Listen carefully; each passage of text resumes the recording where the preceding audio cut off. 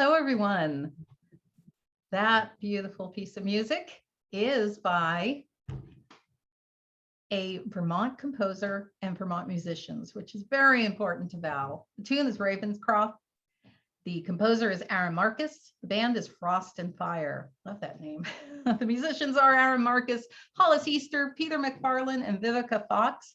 And the sound engineer is Sam Saunders. Where to buy it? You can buy it directly from the band's website. And we are posting all that information on the chat. You want to know where that chat box is. Hi, I am Darlene Hamilton, and we are the Historical Tea and Dance Society. On our team, we have Lindsay Verbal assisting with the program, handling media and all our attendee questions in the after talk. We have Reed Wilson monitoring Zoom for questions and posting. And we have Larry Hansen monitoring Facebook Live chat for questions and posting. So you can see that chat box is very important. Do feel free to post any questions you have in those chat boxes during this talk, and we're going to grab them all and bring them into the after talk with us so that you can ask them there. I think by now you probably all know how to find that chat box, but Lindsay will be pointing to various points around the screen. Someplace there is a chat box. Stick around for that after talk. It's posted at the end of this event or on our Historical Tea and Dance Society Friends page, or if you registered, you got it in the email, you already have it. We hope Karen Axelrod enjoyed her day off today. And many of us were watching playbacks. It's hard not to mention Karen because we love her so. And we really give a shout out to the Houston Area Traditional Dance Society for having those online for people who aren't on Facebook. We're going to post the link to that just so you can get there. And yeah, let me jump right into a bio on Val Medve, our guest tonight. Val began folk dancing when she was a young girl and has been dancing ever since. In the 1980s, she also fell in love with contra, English country dance, and many other traditional dance genres. Val has danced with a variety of performance groups, including Real Nutmeg, doing English country dance, Sleepy Hollow Morris, and Viasta, Polish folk dance ensemble. And with the Green Mountain Volunteers, a troupe representing the United States at international dance festivals, she has danced in such interesting places as a guided missile cruiser in the waters off of Quebec. No, I skipped ahead. The waters off of Ecuador and a hockey arena in Quebec. That's pretty funny. Val regularly calls dances and balls throughout New England and the East Coast, particularly in northern Vermont, for her home group, the Burlington Country Dancers. She also sits on the committee that runs that fabulous dance weekend, Burlington's annual Across the Lake ECD weekend. She has taught at many special events and dance weekends around the country, including the New England Folk Festival Weekend, NEFA, which is where I first met her, the Flurry Festival, Pine Woods, Champlain Valley Folk Festival, and so many more. Val was all set to come out to our neck of the woods in October of 2020 to call the Southern California Playford to the present ball to the music of Persons of Quality, and boy, were we looking forward to it. And then the next day, she was doing a dance workshop for us, the Historical Tea and Dance Society, but you all know what happened then. Luckily for us, Val and Persons of Quality have agreed to come in 2022 instead, and we're really looking forward to it. Please welcome Val Medve, and you will know why we are looking forward to it so much. Hi, Val. Hi, Darlene. Hi, Lindsay. Hi, crew, and hi, everybody out there in Zoom land and Facebook land. Welcome to Vermont. I'm inside our dance room, and why don't we get started, Darlene? Great. Thing number one, performing groups.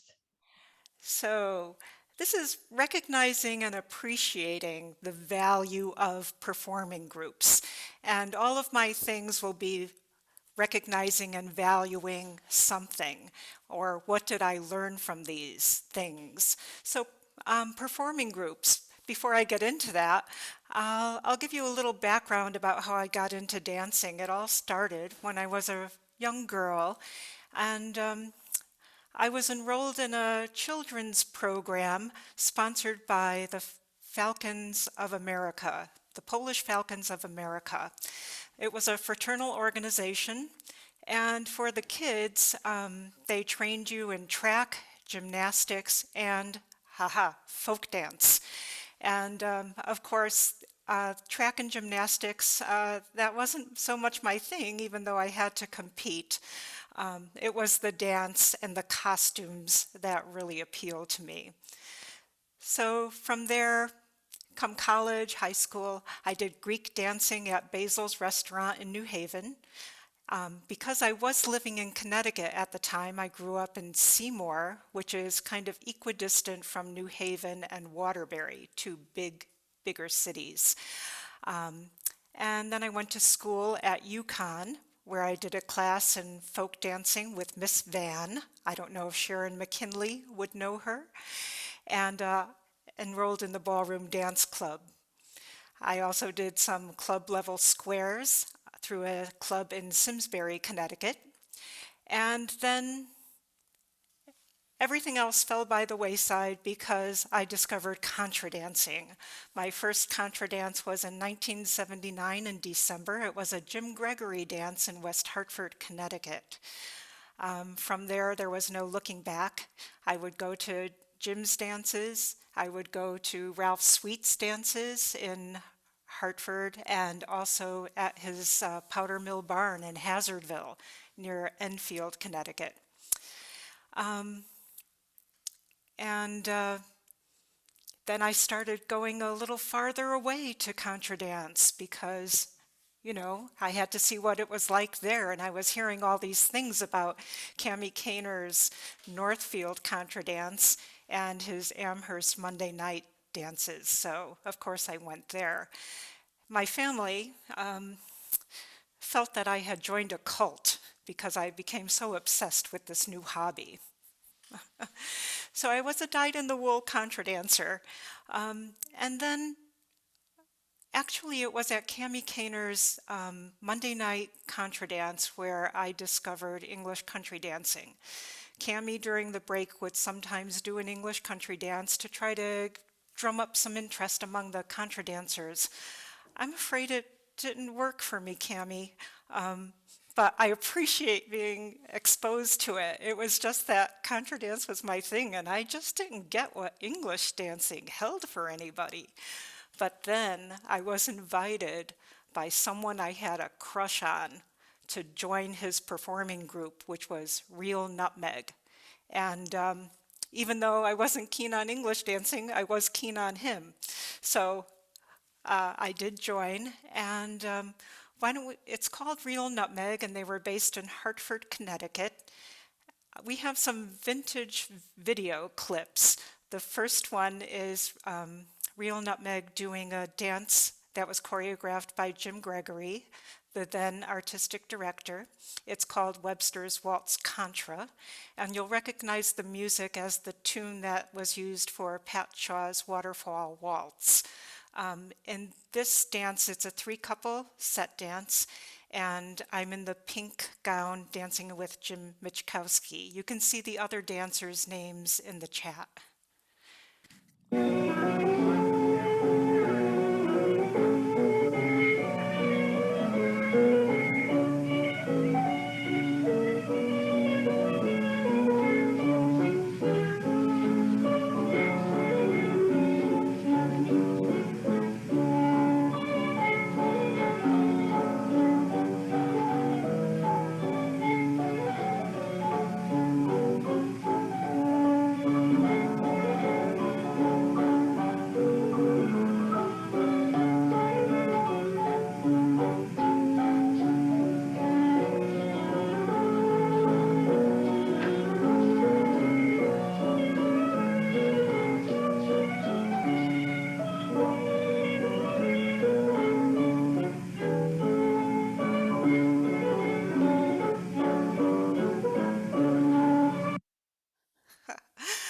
There was a question if I was dancing with my crush.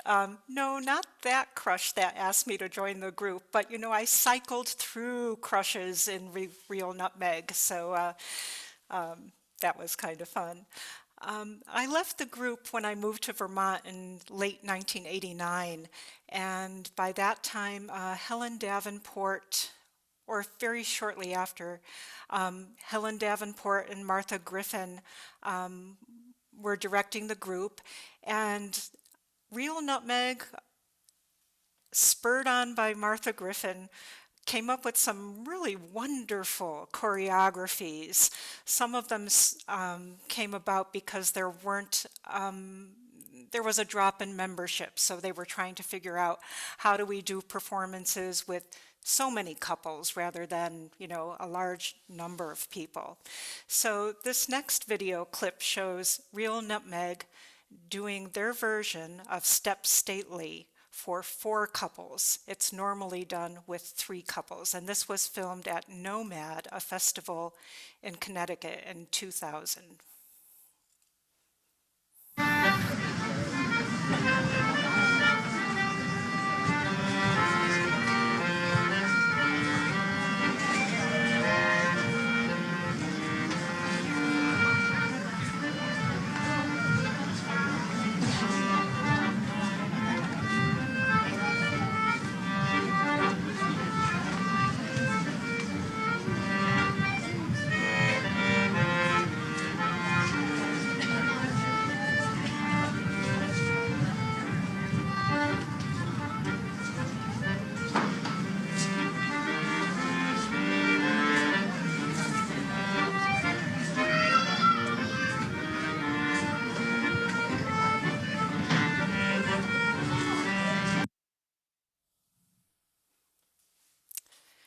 So Real Nutmeg, after Martha Griffin did her 5 Things talk some time ago, worked very hard in putting together a YouTube channel with many of the suites that they did over the years.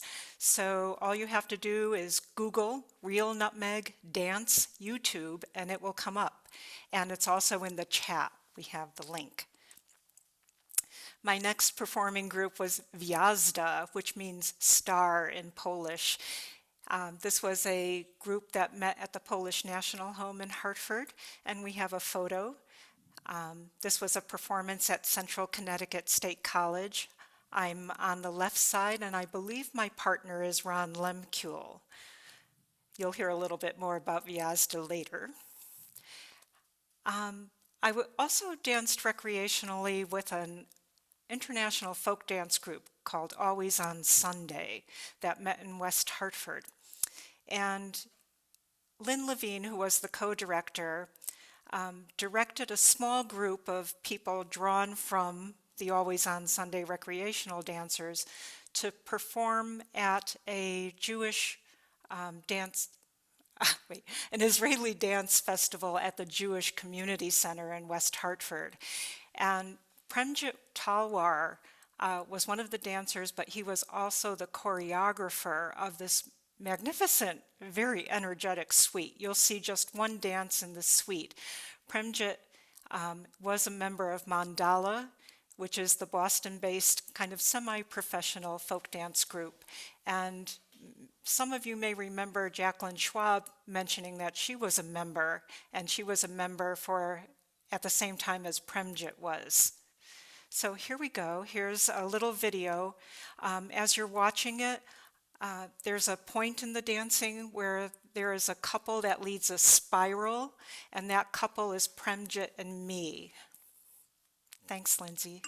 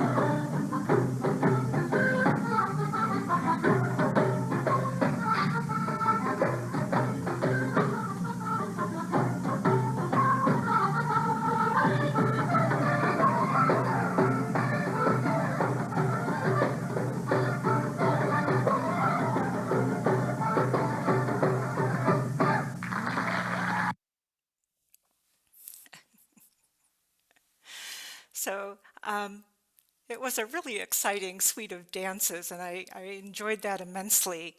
Um, the next group, I was still living in Connecticut at the time, and there was a call out from a group in Vermont. It went out to all over the Northeast, and this group in Vermont was called the Green Mountain Volunteers. It was a New England dance troupe, um, and they were looking for dancers, musicians, step dancers, French Canadian dancers, singers, kids. Um, it kind of ran the gamut. Oh, Appalachian cloggers, and they were putting together a tour to Europe. There would be 6 weeks total of the tour, 3 weeks in Western Europe, followed by 3 weeks in Eastern Europe. And you could choose which week. And some people actually did all 6 weeks. That was basically the kids and men and maybe cloggers. um, so the Green Mountain Volunteers it was unusual because the group represented the U.S. at international dance and music festivals all over the world. But we were very, very different from so many of the other groups that were performing, that were so uniform, that were so similarly skilled, and I mean highly skilled. With the Green Mountain Volunteers, they wanted to create the atmosphere of a dance in a New England town hall. And so that would mean that people of all ages would come, people of all social classes would come, and people dance differently because you're at a social dance. So before we look at some of the pictures from the 1985 trip, I put together some pictures to show you what it was like to be on a trip with the Green Mountain Volunteers. At the top, these were the lodgings, these tents at it's called Le Bal de l'Europe in Gentines, France. A wonderful, wonderful festival. And if you're at all interested in Bourret's Bal Folk, that's where you want to go. The next one is me. I've fallen sick, as like half the group did, in Ecuador with an intestinal bug. And next we have some food that was served in Hule, Belgium by our host group that was led for many years by Willie and Mika Vandersteen. And at the bottom, here we are in Ecuador. We had just finished a performance, and this is the crowd waving to us as we board the bus.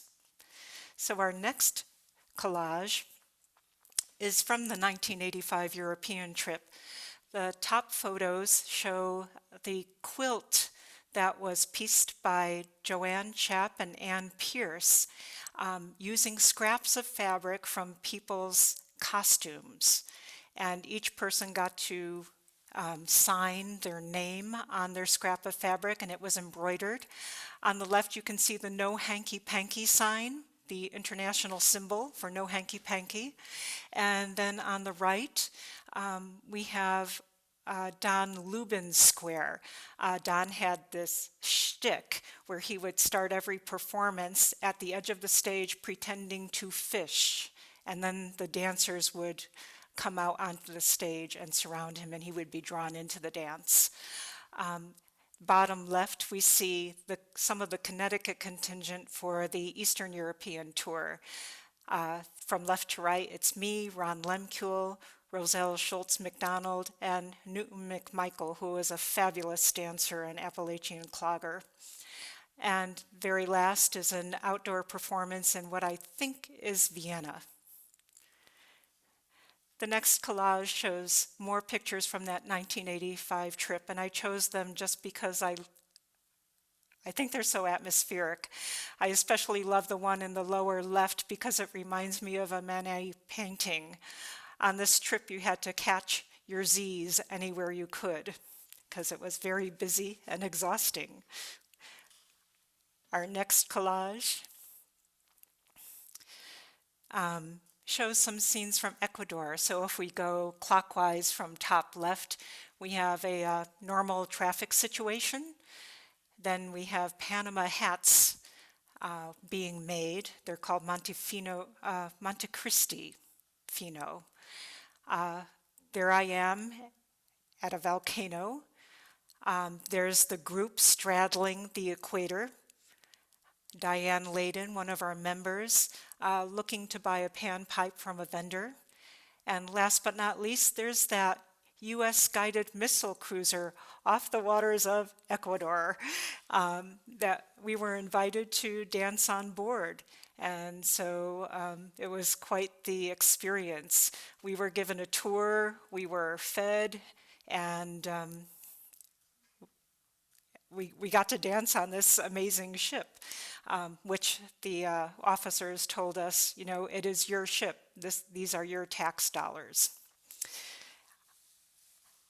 Next we have a video. So this next video, as it's getting set up, is of a performance at NEFA, the New England Folk Festival in 1997. It's special because we have some musicians that normally did not play for us, and because our local musicians couldn't make it. So we had Kathy Talvity on piano and Barbara Greenberg on violin. So if Lindsay's ready to show us the video, we can show that clip.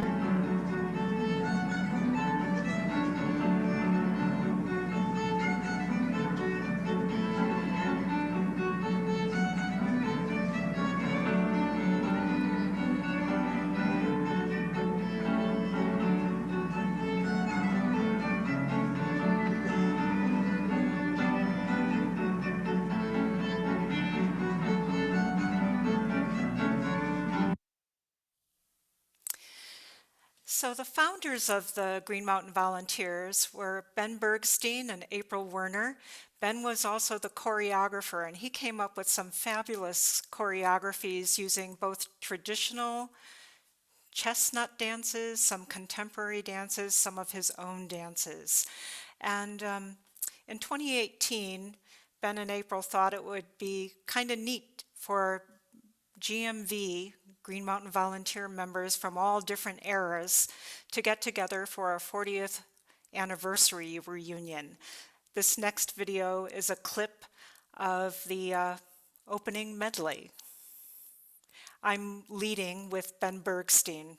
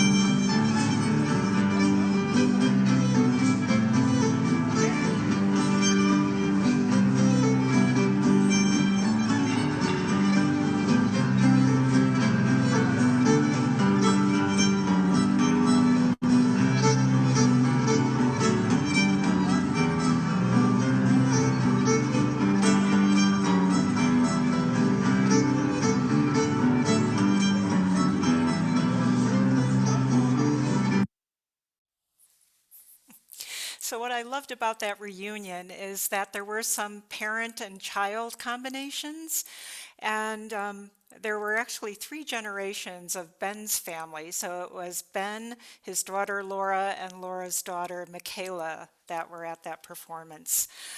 Quickly going through some of the other things, we have a Sleepy Hollow Morris collage. This was Northwest Morris. We had a wonderful experience on the top right at the Mount Washington Hotel that was followed by a formal dinner. We had to get dressed up for it. Bottom right, we're dancing at the Capitol, the Vermont Capitol in Montpelier.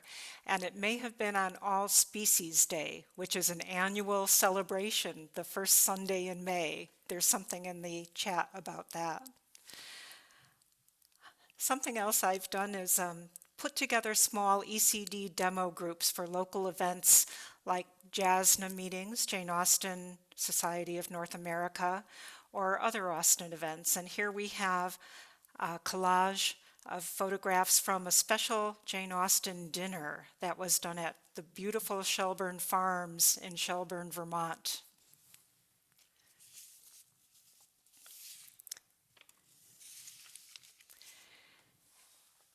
And then to wrap up the performing groups, we also traveled with a group from Virginia that was led by Barbara Harding. The group was called the Old Dominion Dancers, and we went to Denmark with them at the invitation of Ron Lemkuhl and Dale Mantatis. I think they were the instigators. So at the top, you can see Dale, Tom, Ron, and me. In the middle, it's the group picture, and Barbara Harding, who had quite the close connection to Berea and taught ECD in the Herndon, Virginia area. She's in the light blue contemporary dress. She also helped create an organization called the Danish American Exchange, and that's where Danes and Americans share their cultures, folk dancing, folk music, and song, and promote world peace that way. At the bottom, Tom and I are with our hosts, Christian and Anne-Marie Rasmussen, and both of them were dance teachers. Christian taught Danish dance and Anne-Marie taught contra dancing. So what did I learn from all these performing groups? Well, each is a dance community in miniature with its own culture and way of doing things. I found it a little easier for myself to nurture dancers in my role as a dance caller and teacher than I found it to nurture people in the performing groups I led. Maybe because I had such a good experience with Real Nutmeg and the Green Mountain Volunteers and these other ones. So the most cooperative group was definitely Real Nutmeg. It was led by Jim Gregory, and everybody had a say. It was very supportive. Now we go on to Green Mountain Volunteers, and it was a very different kind of thing. There were so many people involved, and on my part of the trip in Eastern Europe, the ages ranged from 1.5 years old to 59. And remember that Green Mountain Volunteers liked people to be individuals. Well, a lot of these individuals, as individuals, you have a lot of opinions. So Ben, the director, came out and said, it's my way or the highway. So, what I say goes, and you follow what I say. Of course, some people bristled, but went along with it, and everybody on that trip, it was a life-changing experience for them. Wjazda, I just really loved the Polish dances and the Polish costumes, but I didn't speak Polish, so I was a little bit at a disadvantage, especially when they brought over a teacher from Poland, and she just taught in Polish. There was one time when she explained in about 5 minutes what this particular movement was or the background of it, and then I asked for a translation from one of the members, and I was given like a 10-word sentence. I think something was lost in the translation, don't you? The other thing was there was some communication lacking with Biazda. I remember going to one performance and having no idea what dances we were performing, which ones I was in, which ones I was not going to be in. And I turned to my partner and I said, "Do you know what dances we're doing?" He said, "No, but when I hear the music, I'll know. We'll be fine." Aha, yeah. So there was one point where the dancers exited. A group of dancers were skipping on, and my partner and I joined them, and we hear the dance leader hiss at us, "You're not in this." So we go, "Oh, ho, ho, ho." So we try to make it look like it's all part of the performance, and we skip off stage looking very confident. So Darlene, yes, I think we're ready for thing two. Oh my gosh, that was a funny story. All right. Thing number two, teachers, mentors, and supporters. What could we do without these people? So we have a photo of someone I've always admired. Her name is Marianne Taylor. She's in the middle, standing. This is a group of folks that she brought to Portugal. There were some dancers, some non-dancers. And sitting below her is her friend Maria. She met Maria when she was a student traveling through Portugal, and they remained friends all those many years. So this was in 2005. But what was it about Marianne that struck me? Well, she always made things fun when she taught dance. She was exuberant. She had this "you can do it" kind of mentality that came through to us as dancers. If it wasn't for her, I don't think I could be waltzing or doing the hambo quite as well as I was able to.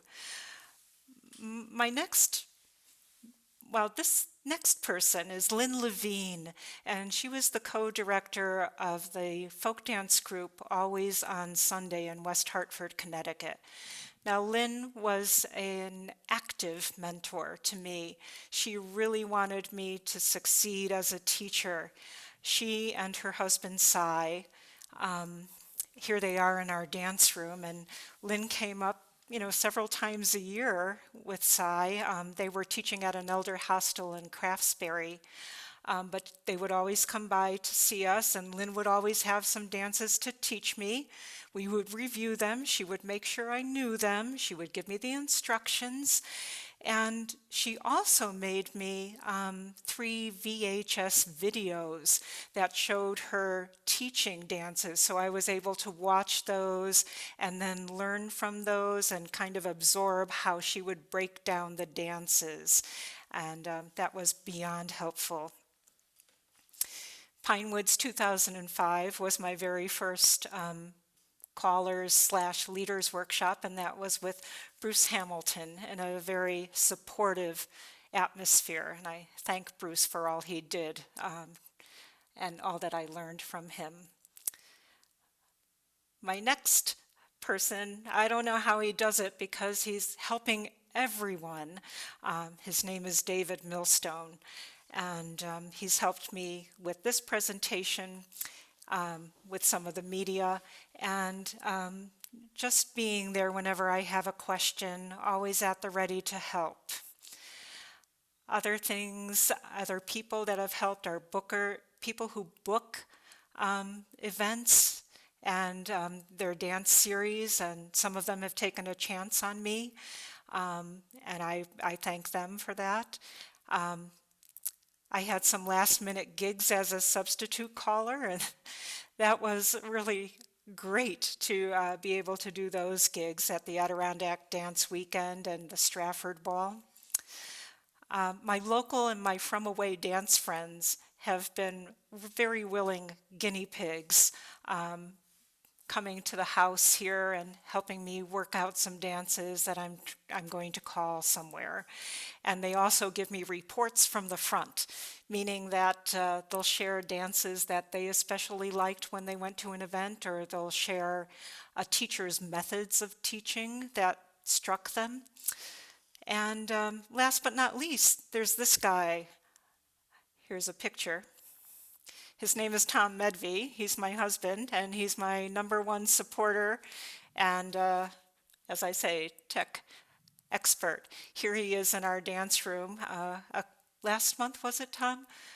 We did a Zoom dance and a concert with the musicians in the screened porch. You can see Joanne Garton's violin there, and you could see Aaron Marcus's keyboard in the screened porch. So that's my thing 2, and now on to thing 3. Thing number 3, accessible dances. Yes, so recognizing and appreciating the value of accessible dances. So I've worked with accessible dances for 2 main groups. Janeites, that meaning fans of Jane Austen, often don't have much dance experience, and then seniors in a local retirement community, and I'll talk about both of those groups here. So the Jane Austen themed events, I'm lucky to have just 45 minutes away from me this wonderful place called the Governor's House Bed and Breakfast.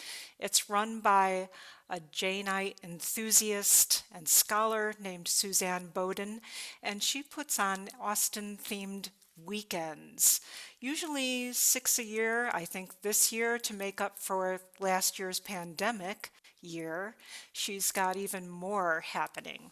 So I thought I'd share with you this video made by Tess Gingrich to give you a flavor of what it's like at a characters weekend at the Governor's House.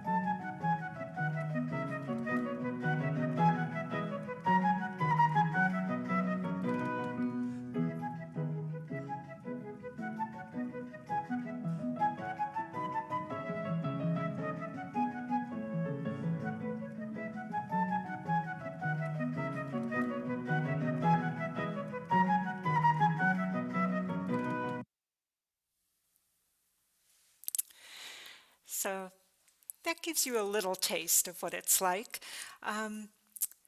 Next up, we have a short video clip that shows you dancing at the Governor's House at one of these Austen-themed weekends. You'll see some stills set to the music of Noel Park, and then you'll see a video, and the video shows us dancing in our dance space at the Governor's House, which is actually the front entryway or the long hallway. That's really quite wide and can fit a long ways set. So I want you to know that I did adapt the dance Noel Park for this group. Instead of the circles going all the way around and the corners cross, the hurried corner crossing, I've got people going halfway around, balance in and out, halfway around, balance in and out. And you'll notice that the music is a little out of sync at the beginning, but just wait, it'll all come together.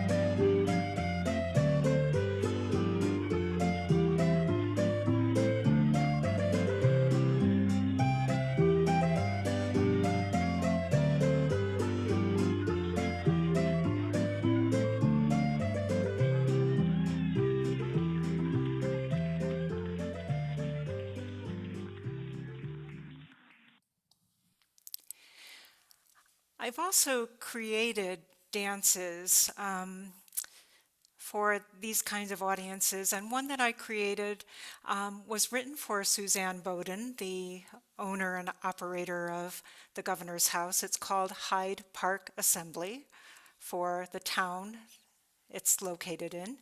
And this next video shows you the dance instructions for this very short dance. As you're listening to the tune, I chose the tune "The Boys of Wexford," which is very hummable, but really not ball material. Let's take a look.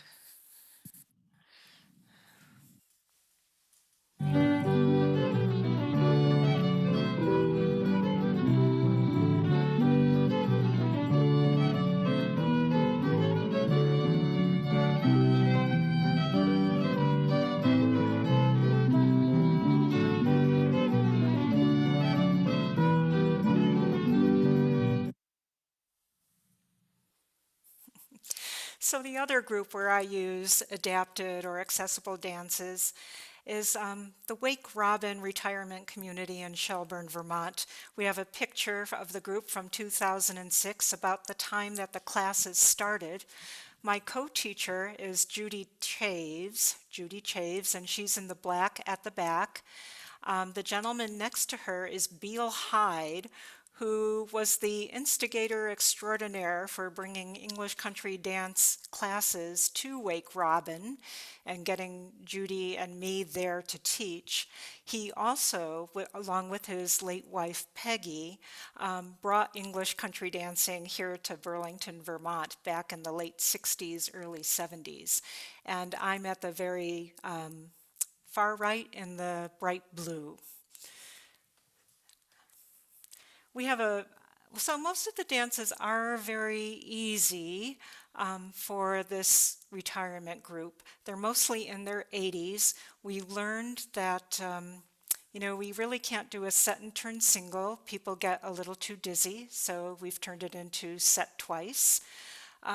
Some dances that all of us think of as just gorgeously simple won't work there in their original form, and one of those dances would be Alice.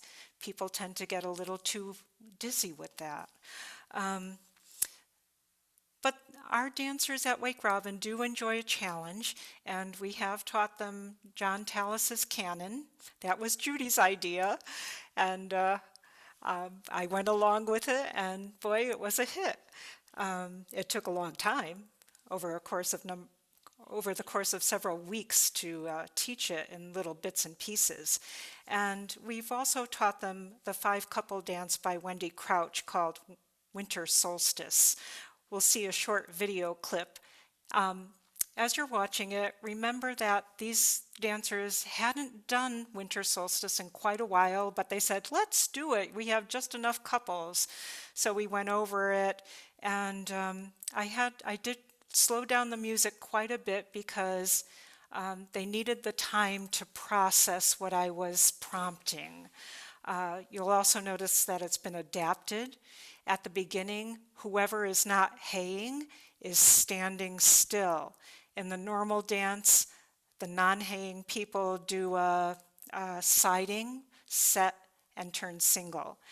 And then in the grand square figure, the odd couple in the middle just stands still in our adapted version, rather than doing their own little grand square within the larger grand square.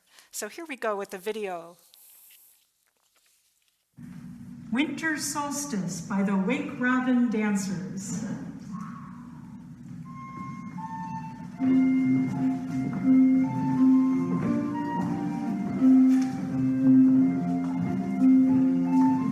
Middles hang for 3 on the side.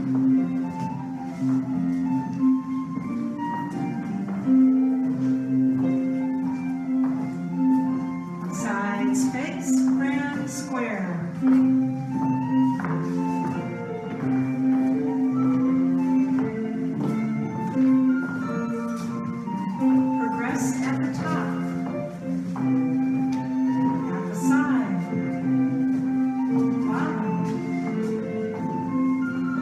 Side,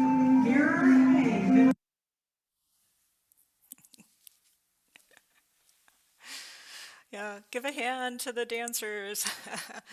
um, so my co-teacher at Wake Robin, Judy Chaves, is the academic of the two of us, and she wrote this wonderful book called Don't Stop Calling with the help of CDSS staff person Pat McPherson. It's available through CDSS, and the next photo shows the table of contents, so you get an idea of what's on the menu. So this was written for people who teach to retirement communities, but it's also a really good guidebook, I think, for teaching beginners.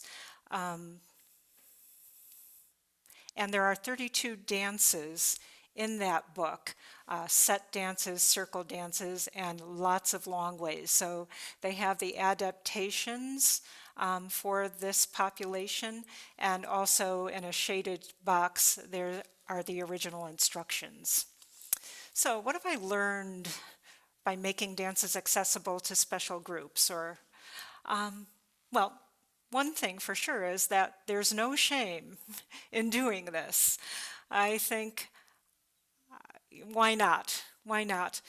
And also, the easier the dance and the easier it is to teach and convey, the more likely I'm to send home a bunch of happy campers that go away with a sense of satisfaction and accomplishment and might have an interest, a little glimmer of interest in English country dancing and would look it up in their hometown. The other thing is that in this Zoom era, adapted, accessible dances have become quite important because dances in their original form, some of them are quite difficult to do if you just have one person or one couple. So how about thing 4, Darlene? Sounds great. This is wonderful. Thank you. Thing number 4, 10 years with the Dance Gypsy. Yes, so what is the Dance Gypsy? People in the Northeast might know it a little better than other folks throughout the country, but it was a calendar and a newsletter for dancers with wanderlust. The calendar covered dances in Vermont, New Hampshire, Western Mass, and Northwestern New York, and sometimes Montreal. And then there was an annual summer planner of festivals, weekends, and weeks all over the US. Let's show a photo of the Dance Gypsy front. So this was a monthly hard copy publication. We published the Dance Gypsy from 1990 until 2000, and then Greg Scragg took it over, published some hard copies, and then went to all digital, all online. And we took over the Dance Gypsy from Ann Pierce, who had the patchwork dance calendar. So that headline that you saw sparked a lot of discussion. I think we spent at least 4 issues with people's opinions on that one question. Here's a little collage showing how the summer planner got assembled. On the left, you see all these boxes that our friend Jean-Luc Martel from the 1985 Green Mountain Volunteers trip put together for us. He came down from Montreal to help us. And then on the right is Martha Kent on the left and Paula Kelly on the right, bundling the summer planners to be sent out to different organizations. And in the background is one of the Kent's kids. I think that's Will with a box on his head. Yes, Connie and Will Kent were there to help out. I don't know how willingly they came, but they were there and we appreciated it. Here's a cover of the summer planner. Many of you might recognize Paula Kelly, who lives here in Huntington, Vermont. On stage at left is Dave Langford and Stuart Kenny on bass. And a table of contents for the planner.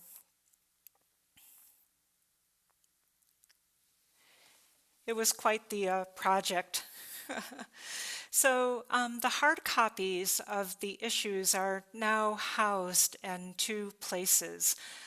One is at the American Folklife Center, part of the Library of Congress. So it's in their stacks if you want to go see them. And the other is at the New Hampshire Library of Traditional Music and Dance. It's a special collection at the University of New Hampshire in Durham, New Hampshire. And along with the hard copy issues, there are also the Dance Gypsy papers. So all sorts of letters that came into the Dance Gypsy, financial stuff, how it all worked. So what was the value of publishing the Dance Gypsy for 10 years? Well, I have to say I complained a lot, and I also procrastinated a lot whenever the deadlines were coming up. But it offered a service to dancers at a time when there was not much available on the internet or the web. It provided a platform for callers, musicians, and organizers to write about things that were important to them or to vent about things that were bothering them. It helped me come out of my shy shell at the beginning of my Dance Gypsy tenure. Difficult conversations I just gave to Tom, and he took them. He's the better communicator of the two of us. It was a great way to be connected to the wider dance community. And the other thing is that it was so appreciated by people. And there were two people in particular whose support I really lapped up. Let's say I lapped it up. So that was Larry Jennings, a Boston Contra dance caller and author of the two Zesty Contras books, and George Fogg from the Boston area, also English country dance instructor and just all around amazing guy. So shall we go on to thing 5, Darlene? Yeah. Okay. And don't worry about the time. We have plenty of time for, we're going Okay. to run a couple minutes over, but it's not going to be too bad. So thing number 5, organizing dances and events. Well, back in the 80s when I started dancing, I had a lot of energy. I don't know where it came from, but I guess I was younger and I really wanted to make things happen. So I got involved with Hartford Country Dance, and I put together some fundraisers, some that were silent auctions where I basically bought a lot of the things. I don't know if you can see in our dance room, but we have this beautiful stenciling up near the ceiling, and that was done by Helen Davenport. That was something I won at the silent auction. So Helen, you do beautiful work. The Hartford Ball, it was the very first ball put on by Real Nutmeg, and it was 1984. We have a photo of, well, I took it directly from the original ball booklet. You can see on the left side what the schedule was like. I'd like to direct your attention to the very bottom where the musicians are listed. So Paul Woodiel was our Real Nutmeg violinist for quite a long time. But the other musicians formed the core band for Christine Hellwig's New Haven English Country Dance series. That's Marshall Barron, Grace Feldman, and Margaret Ann Martin. On the right, you can see the dances, and some of them have gone out of style. We rarely do Gathering Peascods, Lover's Luck, though that has seen a comeback. Mage on a Cree, who's done that lately? Todd's Assembly, it's been decades for me. The other thing about this particular ball is that the venue was the Hartford Club. So it was this kind of foo-foo club, but the deal with them was that we had to have a 3-course meal there, and we had to have so many people partake. And that meal cost $19. The ball itself cost $9. Anyway, we were able to do it, and it was with a lot of help. Everybody from Real Nutmeg pitched in on that. Fancy Footworks in the 80s. ran for several years, and it was a showcase mostly of our local dance troupes. Uh, every once in a while we would have somebody from away, like here we had Amit and Tracy Luleci doing a Turkish dance. And the most unusual group that we had was sponsored by Peace Train, which was a nonprofit in Hartford, and they had a group of youths that did break dancing. So they performed with us one year. I think that may have been Jim Gregory's idea to get a new audience in. Other things I did while in Hartford in the 80s when I was young, experienced dances for experienced dancers featuring Swallowtail. I loved that group at the time. Scandinavian dance workshops, sometimes working with people in the Boston area that were doing the same. Then up in Vermont, the Burlington Country Dance Series. When I first moved up here, I wasn't too keen on dancing English. I had just come from Dancing with Real Nutmeg, and that was a spectacular experience. And here the dancers were much older and not quite as skilled. It was a very congenial group, but the whole purpose of getting together on a Friday night was to go to the after party hosted by one of the couples in the group. Paula Kelly really enjoyed the group, so you can ask her about it. It took a while for me to get involved in the group, and then I pushed for live music and tried to arrange that. Had an angel named Carol Compton who helped us along the way getting dance musicians up and running on ECD.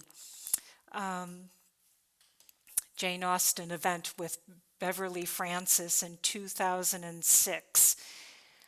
So this particular event, we had a ball and it was held in Shelburne. Here you see Beverly calling. In the bottom right is Hope Greenberg. I'm going to talk about her in just a second. This event led me to do some workshops that you normally wouldn't do in preparation for a ball, and with Hope's help and her expertise, because she is an expert in Regency costuming and has done a lot of research on that.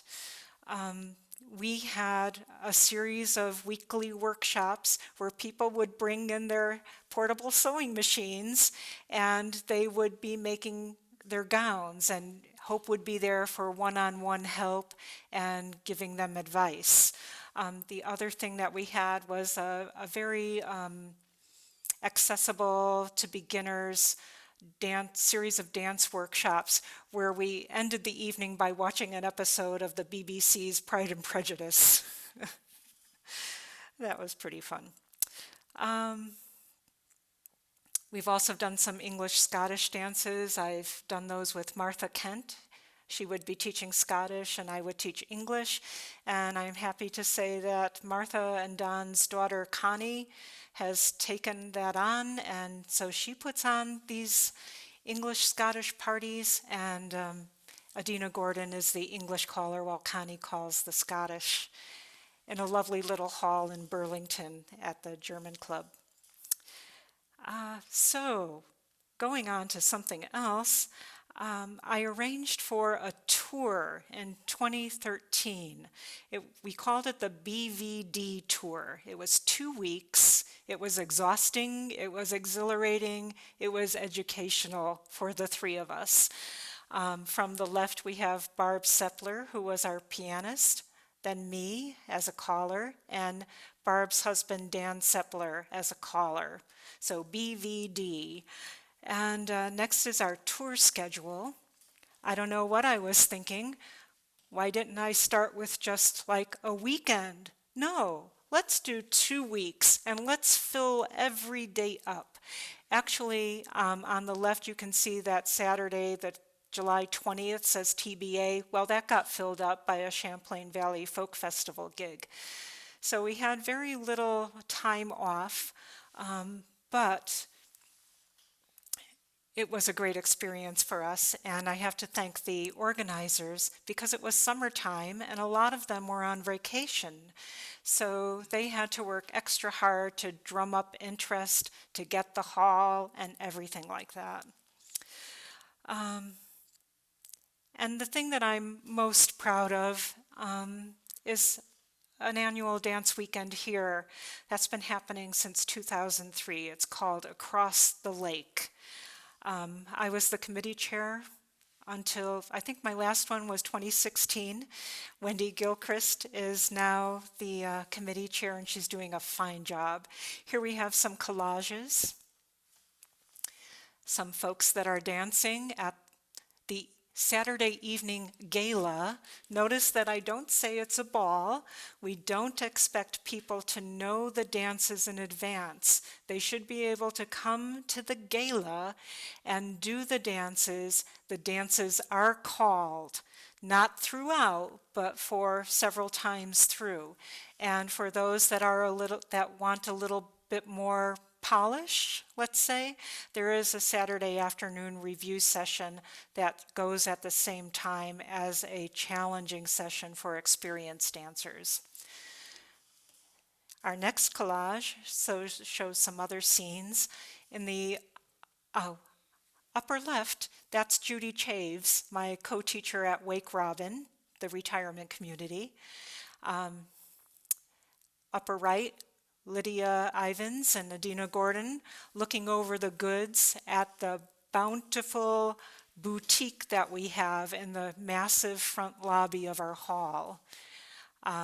Below that is Gene Murrow. He was the caller that year. These are all pictures taken by Rachel Winslow in 2012 when we were celebrating our 10th anniversary. And last, the scrumptious refreshments. That year, because it was the 10th anniversary, I went crazy and the committee went along with me, kind of kicking and screaming, I think. But there were lots of workshops.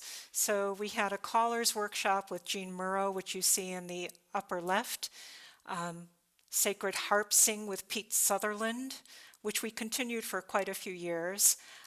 Linda Nelson, below Pete in the lower right, taught the review session. And then the last picture shows Carol Compton doing a musician's jam. We also had a lovely solo concert by Jacqueline Schwab that weekend. And now some behind the scenes pictures. Going clockwise from upper left, we have Martha Kent and Amy Lund moving chairs from our big hall into a storage area, and there are over 300 chairs to be moved. They weren't the only ones working on it. Then we have Carol Chaya, who's one of our great volunteers helping with decorating. The shoes are actually borrowed from the Boston Ball, and we use those in our decorations, and we have Deb Carl and Nikki Earps to thank for that, those loans. Next is Paula Kelly, the decorations chair, and then Amy Lund sprucing up some of the plants on the stage. And last is Peter Ogle, Rachel Winslow's husband. Peter accompanied Rachel as our guests, and he could not sit still, so he got into the act of volunteering and posting the dance lists for us on the walls. So what have I learned from my days as an organizer? Well, it helps to have helpers and collaborators. It's essential to communicate in writing with your talent and your committee and your helpers. I find that email is the best vehicle for me because I find it very easy to find things, search for things on my Gmail account. For your talent, do a document. Create a document with information, expectations, what your dancers are like, what is the skill level, like ratio of good, experienced dancers to dancers that need help. we put together a letter of understanding for our talent. It's 2 pages long, thanks to Don Kent's fine editing skills. And it's based on one of the nearby Ball's contracts. I wish that I had met Bob Green and his spreadsheet before I put together that BVD tour. But what can you do? Being a dance organizer, that experience helps me as a caller form questions for the organizers that ask me to call for their groups. I think I have a sense of the things to look out for. And also, I want to treat those organizers with the respect they deserve. Unless you've done any dance organizing, you have no idea of all the moving parts and all the work that's involved. And lastly, listen to people and actually consider their advice. My Across the Lake committee will say that I need to do that more often, right? I'll try. So in ending, thank you for sticking along and being, I know we ran a little late, but I'd like to thank Darlene and Lindsay, Reed and Larry, Kara, and anyone else who was working in the background.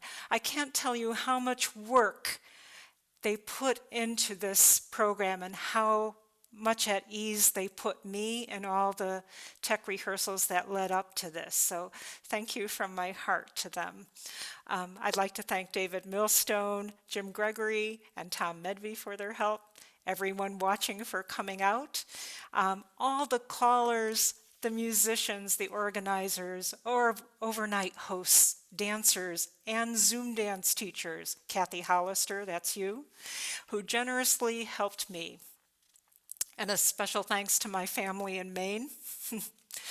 They all moved from Connecticut to Maine for delaying something so that I can concentrate on this talk. Thank you.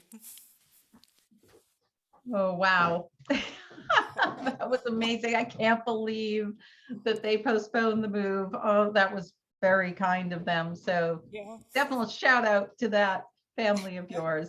Thank you. Thank you. We are going to post some announcements for Val. She's got some great upcoming events in June and 2 events in June. And then, of course, we are so looking forward to her coming out here in 2022 in October. So you might want to check into that on your schedule if you want to take a trip to Southern California. We have got to ask you, what is your favorite dance? It's St. Margaret's Hill. And please believe that. Do not believe Tom Amasay, who says it's Mount Hills. No disrespect to Graham. That's great. And we will continue on going through the exit stuff so we can get into that after talk because there are a lot of questions, I'm sure. Thank you so much, Val, for coming on our show. We really appreciate it. Thank you for the thank yous to our fabulous team, Lindsay Verbal in the background, Ree Wilson on Zoom, Larry Hansen on Facebook, along with our helpers, Kara King, Dan Bilter, and Adele Nichols. We truly appreciate you all.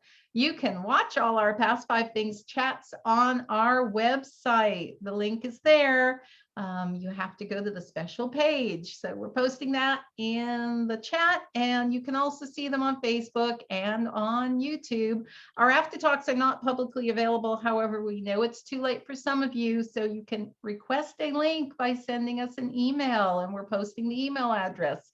And a big thank you to everyone who has sent in donations, is sending in donations to our group. It's really appreciated. We do put that money to good use by running this show and other things we do in the dance community.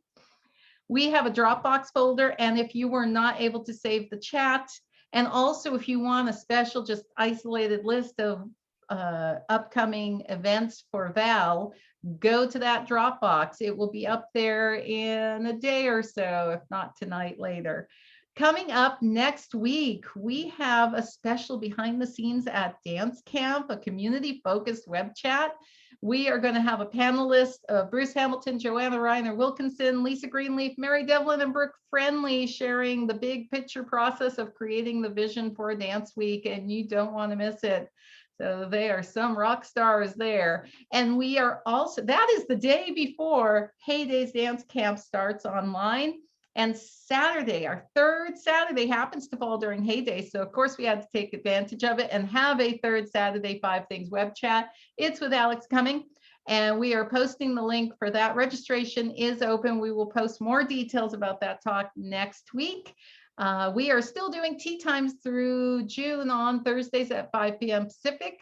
Join our mailing list for more information. And Val recommends for donations, you donate to us, the Historical Tea and Dance Society. Thank you very much.